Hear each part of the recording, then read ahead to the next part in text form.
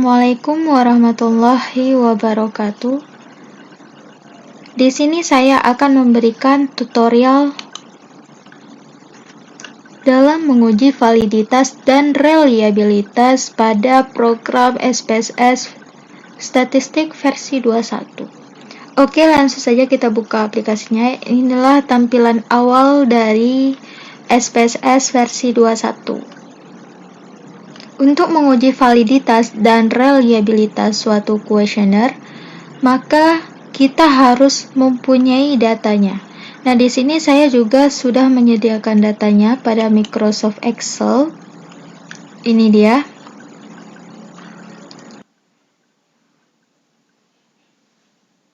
Soal yang saya buat itu sebanyak 10 soal dan dijawab oleh 30 siswa SMA. Data ini akan kita input ke dalam SPSS. Nah, sebelum menginput data, terlebih dahulu kita akan membuat nama item pada SPSS. Caranya, klik pada variable view. Nah, di sini saya sudah membuat nama itemnya, yaitu soal yang tertera pada data kuesioner tadi, sebanyak 10 soal. Dan yang terakhir untuk skor atau total. Seperti ini. Kemudian pada desimal ini, kita buat 0. Karena kita tidak menggunakan angka desimal. Ini kita ubah dulu.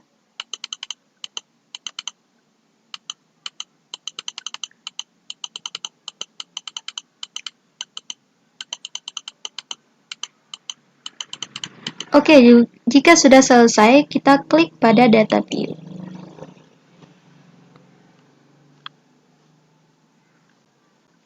Nah, ini tampilannya sudah berubah ya teman-teman. Di atasnya juga sudah tertera nama item yang kita buat tadi.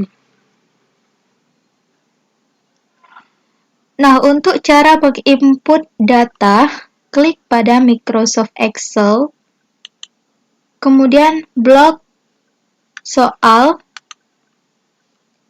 semuanya sampai dengan skor, kecuali nama dan nomor soal ya. Ini sampai dengan 30. Kemudian kita copy,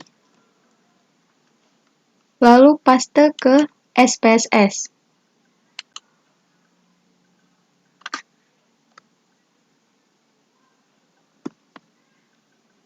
Kita tunggu sebentar.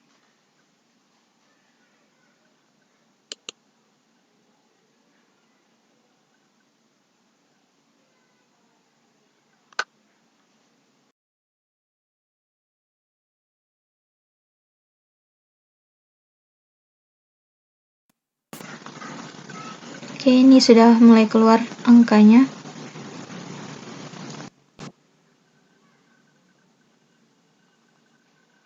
Oke, datanya sudah terinput semua. Kita lanjutkan untuk menguji validitasnya. Nah, langkah pertama dalam menguji validitas, yang pertama klik pada menu Analyze. Ini dia. Kemudian kita pilih Correlate, kemudian Bivariate.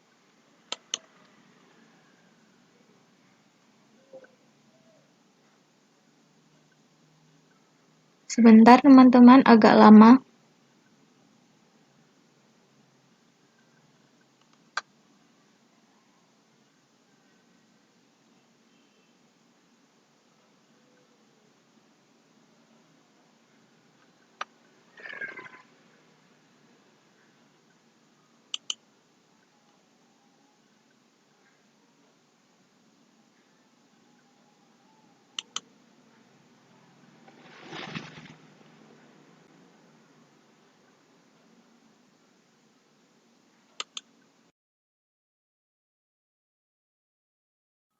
Nah, ini sudah keluar tampilannya ya, teman-teman. Nah, ini tampilannya sudah keluar. Kemudian, item yang berada pada kolom ini kita blok semua dengan cara Ctrl A. Kemudian kita pindahkan pada kolom variabel yang berada di sebelahnya. Ini sudah terblok semua ya, bisa kita pastikan. Kemudian klik untuk kita pindahkan. Nah, jika sudah, ini kita biarkan saja, langsung klik OK.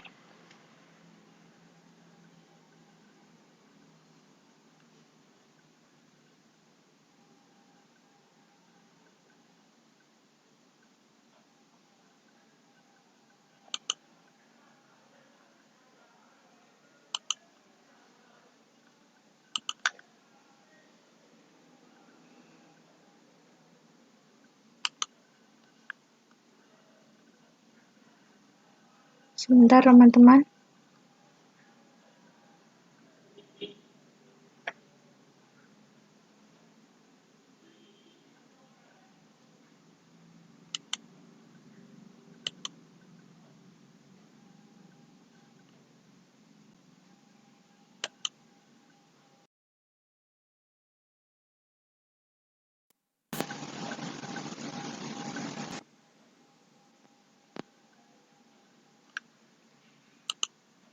Oke teman-teman,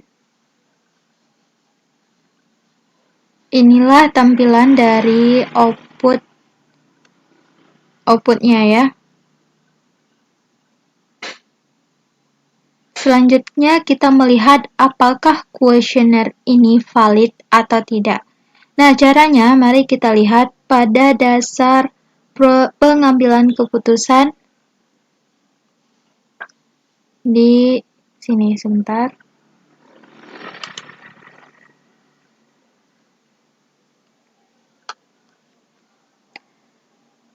Nah, pada dasar pengambilan uji validitas person, dikatakan bahwa membandingkan nilai R hitung dengan R tabel.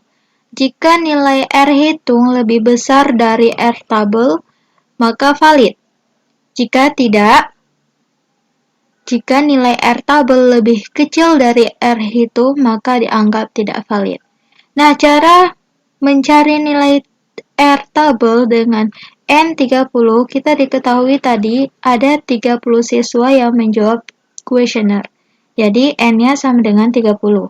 Pada signifikansi 5%, dilihat pada distribusi nilai R tabel statistik, maka diperoleh nilai R tabel sebesar 0,361. Nah, jadi kita lihat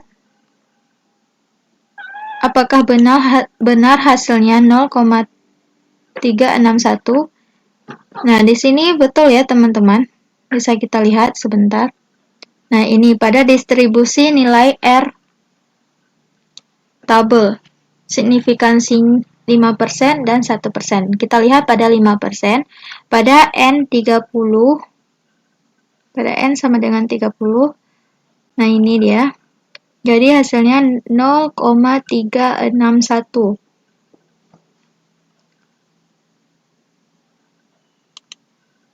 Kemudian, kita bandingkan dengan cara yang pertama. Kita lihat pada SPSS tadi.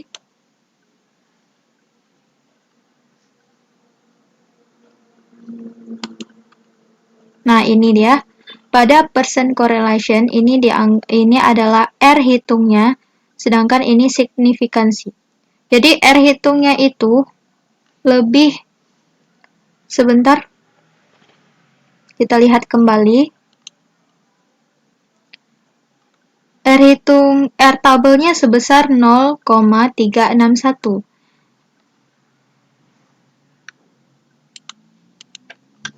Jadi ini 0,021. Jadi R hitung lebih kecil daripada R tabel, maka dianggap tidak valid. Sedangkan signifikansinya, kita lihat pada cara yang kedua. Jika nilai signifikansi lebih kecil dari 0,05, maka dianggap valid. Jika nilai signifikansi lebih besar dari 0,05, maka dianggap tidak valid. Jadi kita kembali pada SPSS, kita lihat pada signifikansinya. Di sini 0,911, maka ini dianggap lebih besar dari 0,05, maka pada nomor 1 ini signifikansinya tidak valid. Begitupun cara seterusnya.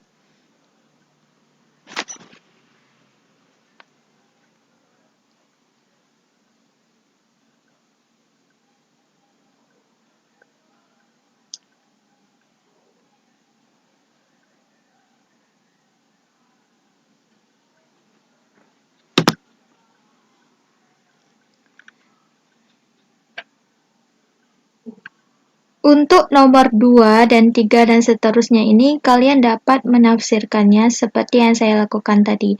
Apakah valid kuesioner ini ataukah tidak? Di sini saya sudah membuat ringkasan uji validitas person. Jadi di sini kita bisa lihat bahwa pada nomor 1, nomor 2 itu dianggap tidak valid. Ini saya beri tanda warna merah supaya lebih mudah. Ini tidak valid karena R tabel dengan R hitung ini, R hitungnya lebih kecil dari R tabel, maka tidak valid. Juga dengan signifikansinya, karena lebih besar dari 0,05, maka dianggap tidak valid. Sedangkan nomor 3, 5, 7, 8, 9, 10 ini dianggap valid karena R hitungnya 0,587 lebih besar dari 0,361 dan signifikansinya dianggap valid karena lebih kecil dari 0,05. Oke, kita lanjutkan pada uji reliabilitas. Kita kembali pada data semula.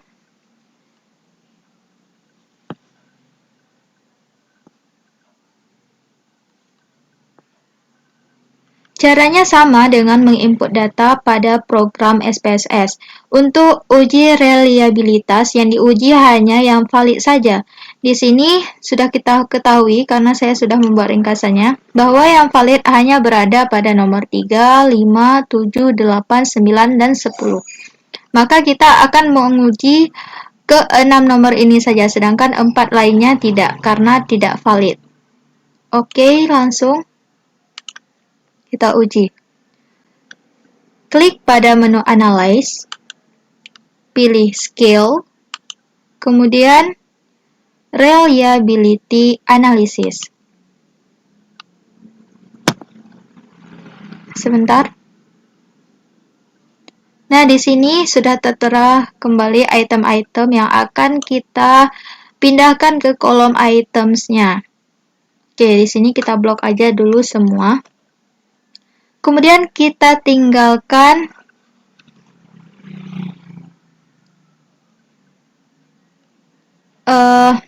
yang tidak valid tadi. Kita tinggalkan, jangan kita pindahkan. Yaitu yang tidak valid berada pada nomor 1. Oh, sebentar teman-teman. Pada nomor 1, 2, 4, dan 6. Kemudian totalnya juga tidak perlu dipindahkan. Oke, kita klik. Nah, di sini sudah saya pindahkan. Ini item yang valid, sedangkan ini yang tidak valid, dan totalnya juga tidak dipindahkan. Kemudian, klik pada statistik.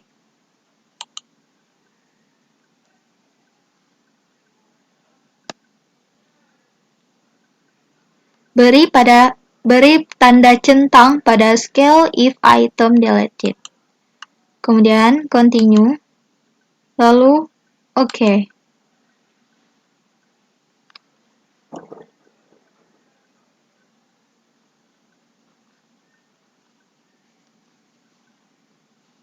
Sebentar teman-teman, lagi dalam proses. Oke, di sini sudah muncul output uji reliabilitas. Lalu kita akan menafsirkan kuesioner variabel termasuk reliable atau tidak. Kita melihat pada dasar keputusan dalam uji reliabilitas Alpha-Cronbach. Kita lihat dulu.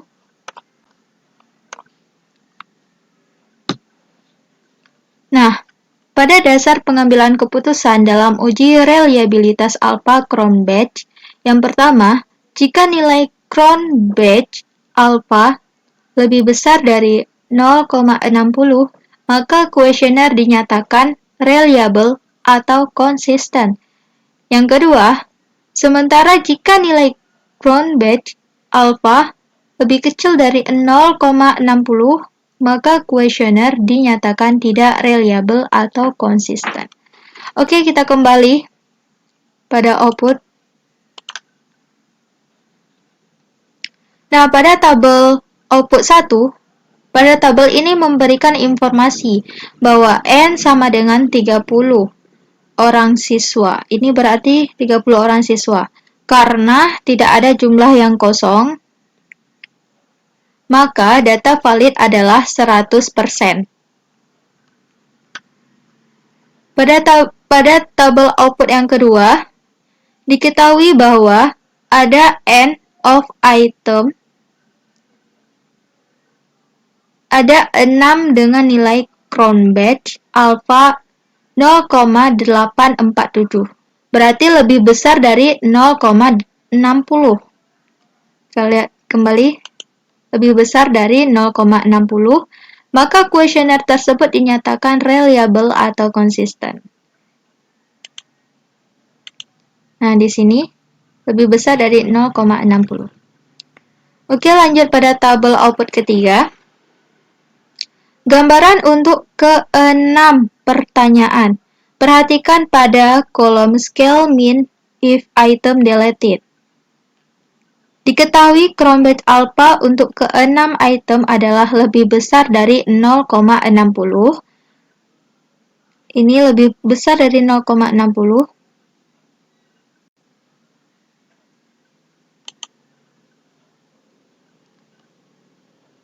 Maka, kesimpulannya, ke-6 item pertanyaan ini reliable. Oke, teman-teman, di sini kita lihat crown badge alpha-nya if item deleted ini lebih besar dari 0,60. Bisa teman-teman lihat, semuanya lebih besar. Berarti ke-6 item ini sudah dinyatakan reliable dan konsisten. Oke, teman-teman, sekian dulu tutorial dari saya. Maaf jika banyak kekurangannya, karena juga masih belajar. Terima kasih sudah menonton sampai habis.